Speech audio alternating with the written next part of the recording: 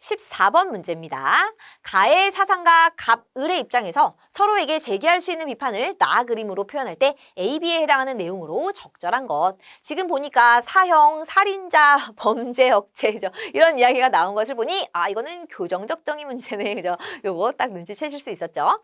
갑부터 한번 볼게요. 사형은 살인자에 대한 정당한 형벌이다. 왜냐하면 형벌은 이 부분, 동등성의 원리에 따라야 하기 때문이다. 동등성의 원리, 평형의 원리, 동해보복의 원리, 응보주의 이런 것들 모두 다 이 사람과 관련된 이야기죠. 이 사람이 누구예요? 바로 칸트입니다. 칸트. 형벌은 정언명령으로 주어지므로 형벌이 정언명령으로 주어진다는 게 무슨 얘기예요? 다른 어떤 것을 위해서 행해지는 게 아니라 다른 어떤 것을 위한 수단으로 조건적으로 행해지는 것이 아니라 잘못을 했으면 무조건적으로 벌 받아야지 라고 하는 게 바로 형벌이 정언명령으로 내려지는 것이라는 얘기죠.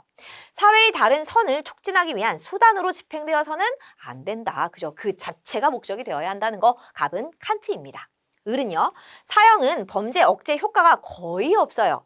인간의 정신에 가장 큰 영향을 미치는 것은 형벌이 주는 강력한 인상이 아니라 반복적인 인상이기 때문에 한순간에 커다란 인상, 커다란 충격 이게 바로 인간의 정신에 영향을 미치는 게 아니라 큰 영향을 미치는 게 아니라 반복적으로 계속해서 보여주는 게 훨씬 더 큰 효과가 있다고 보는 거죠. 그래서 사형보다는 종신노역형이 더 효과적이다. 이렇게 보는 입장, 을은 누구겠어요? 바로 베카리아입니다. 갑은 칸트, 을은 베카리아. 이렇게 놓고 한번 볼까요? 칸트, 베카리아.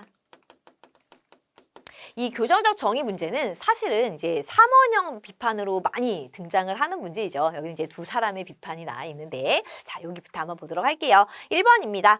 A와 같은 경우는 칸트가 베카리아를 비판하는 내용이니까 여기 모두 다 지금 수러가 간과한다이죠. 간과한다 앞에까지의 내용이 칸트의 입장에서는 맞고 베카리아의 입장에서는 틀려야 돼요. 그죠? 형벌은 법률을 통해서 집행되어야 한다. 라고 칸트 생각해요. 그죠? 법률을 통해서 집행되어야 한다. 베카리아도 당연히 그렇게 생각을 합니다. 형벌이 법률을 통해서 집행되어야 한다는 것은요. 모든 사상가들의 공통점이에요. 바로 죄형 법정주의를 뜻하거든요. 죄형 법정주의.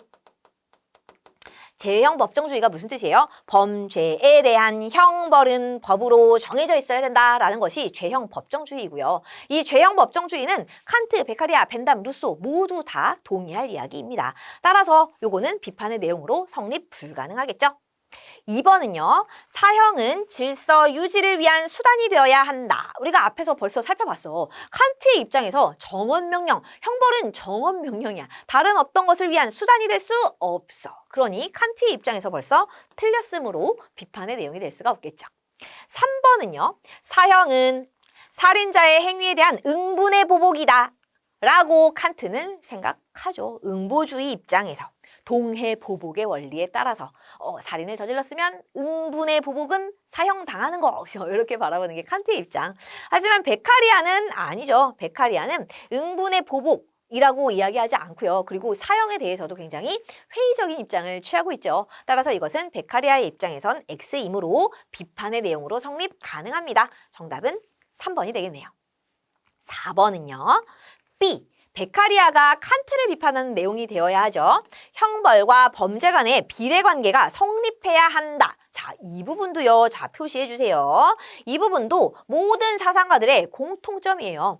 형벌과 범죄 간의 비례관계가 성립해야 한다는 것은 너무 지나치게 큰 범죄를 저질렀는데 너무 작은 형벌을 준다든지 굉장히 작은 잘못을 했는데 큰 형벌을 준다든지 이렇게 맞지 않아서는 안 된다는 얘기죠.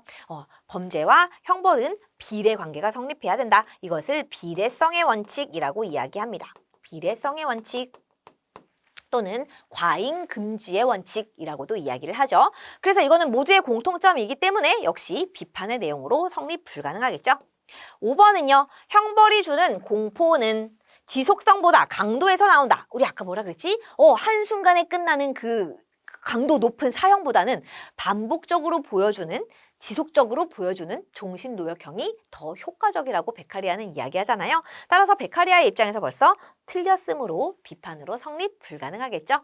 정답은 3번 찾아주시면 되겠습니다.